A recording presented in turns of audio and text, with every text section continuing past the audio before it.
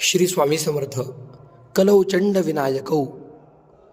कलौ म्हणजे कलियुग, चंडी म्हणजे देवी भगवती आणि विनायकौ म्हणजे गणपती.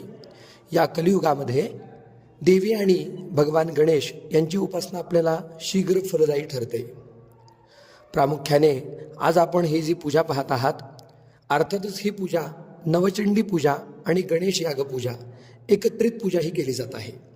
प्रामुख्याने ही पूजा केल्याने नक्की आपल्याला काय लाभ होतात, तर आपल्या घरामध्ये सुख समृद्धी प्राप्त होते, आपल्या सर्व इच्छित मनोकामना पूर्ण होतात.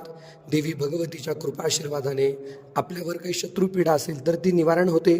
कोर्ट कचेरी अशा काही समस्या असतील त्याच्यामधून आपण लवकर बाहेर येतो आणि प्रामुख्याने वारंवार जर आपल्यावर विघ्न येत असतील तर भगवान गणेशांच्या कृपाशीर्वादाने सर्व विघ्न दूर होतात. तसेच ज्या मुलामुलींचे विवाह योग येत नाहीत, देवी भगवतीच्या आणि भगवान गणेशांच्या कृपाशीर्वादाने विवाह सौख्य शीघ्रत्वाने प्राप्त होते किंवा वैवाहिक समस्या अडचणी निवारण होतात आणि भगवान गणेशांची माता भगवतीची सदैव कृपादृष्टी प्राप्त होऊन आपल्या सर्व इच्छित मनोकामना पूर्ण होतात. म्हणून ही नवचंडी पूजा आणि गणेश पूजा आपण आयुष्यामध्ये एकदा तरी नक्की करावी. श्री स्वामी समर्थ.